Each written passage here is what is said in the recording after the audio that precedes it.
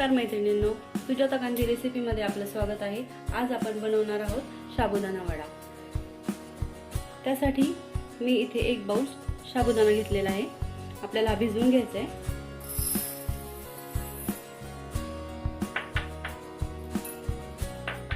यामध्ये आपण पाणी घालणार, थोडंसं धुवून घ्यायचं आहे।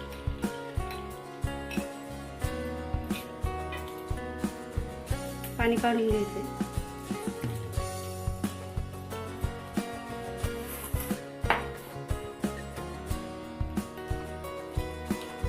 साबुदाणा भिजेल एवढं पाणी यामध्ये घालायचे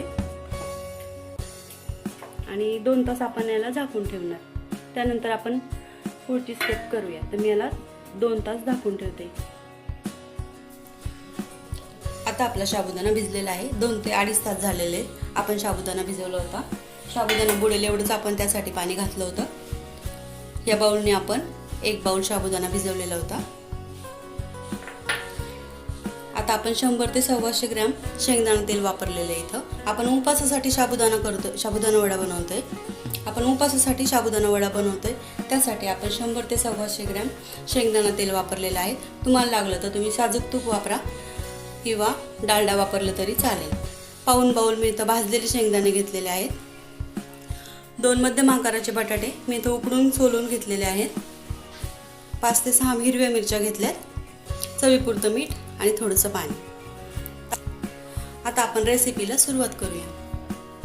आता आपण मिक्सरचं भांडं घेतलेलं आहे, त्यामध्ये आपण हे भाजलेले शेंगदाणे घालूया। पाऊण बाउल मी शेंगदाणे घेतले तिथं भाजलेले।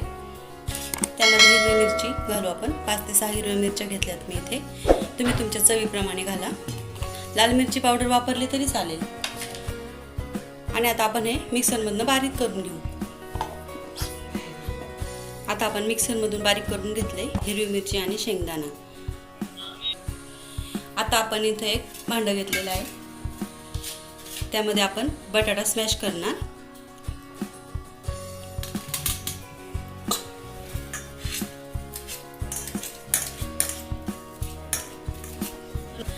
आता आपला बटाटा स्मॅश झालेला आहे। 2 मध्यम आकाराचे बटाटे मी इथे उकडून घेतले होते। आता यामध्ये आपण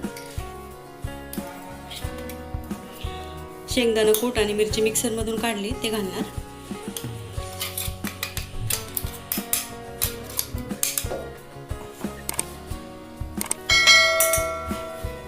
साबुदाणा भिजवलेला,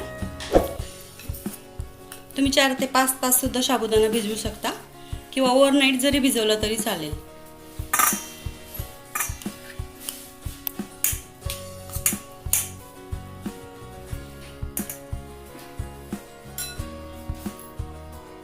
चवीपुरतं मीठ घालूया। असं मळून घ्यायचंय।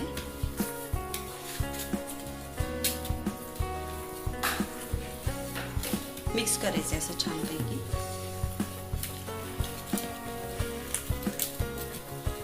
जेणेकरून आपल्याला याचा वडा तयार करता येईल।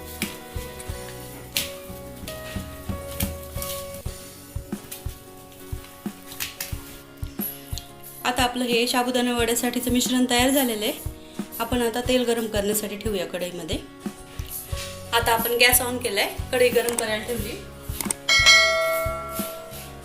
त्यामध्ये आपण शेंगदाणा तेल घालूया। तुम्हाला उपासा व्यतिरिक्त बनवायचे असतील तर तुम्ही दुसरं कुठलंही तेल वापरलं तरी चालेल, पण उपासाला तुम्हाला डालडा किंवा शेंगदाणा तेल वापरा। कढईमध्ये आपण तेल टाकलंय, गॅस आपण मीडियम ठेवूया। आता एक ताट घेऊ आपण। यामध्ये आपण या मिश्रणाचे वडे बनवायचे। आपण पाणी घेतले बाउलमध्ये। आता आपण आपले हात असे ओले करून घ्यायचे।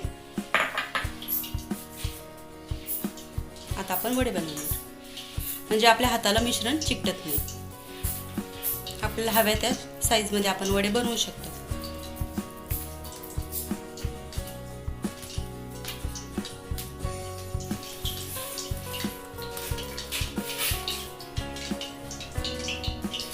तुम्हाला पाहिजे त्या आकारामध्ये तुम्ही वडे बनवू शकता। असेच आपण सगळे वडे बनवून घेऊया। आता आपले सगळे वडे तयार करून झालेले आहेत। आपण याला तळणार। आता आपण पाहूया आपलं तेल गरम झालंय की नाही। त्यासाठी आपण छोटंसं मिश्रण टाकून पाहू त्यामध्ये. तेल आपलं तापलेलं आहे.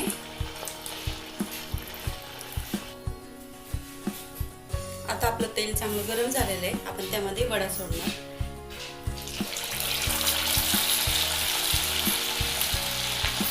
हळूहळू सोडायचे.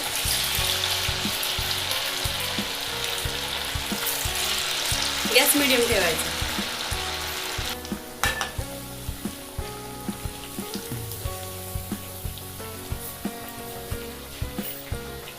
असे उलटून घ्यायचे वडे. तेल चांगलं गरम झाल्यावरच वडे त्यामध्ये घालायचे, म्हणजे छान तळले जातात. आपण याला लालसर काढणार, लाल कलर मध्ये.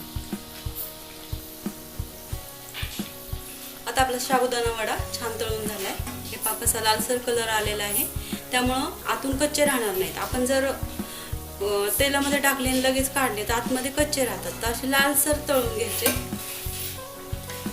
हे बघा मस्त फुललेत आपले वडे. कलर पण छान आलाय. आता आपण असेच सगळे वडे तळून घेऊया. आता आपला साबुदाणा वडा तळून झालेला आहे. आपण एका डिश मध्ये काढून घेऊया. आता आपला साबुदाणा वडा तयार झालेला आहे मैत्रिणींनो. तुम्हीही घरी बनवा आणि मला सांगा कसा झाला. व्हिडिओ आवडल्यास व्हिडिओला लाईक करा, सबस्क्राईब करा आणि बेल आयकॉनवरती क्लिक करा. थँक्यू.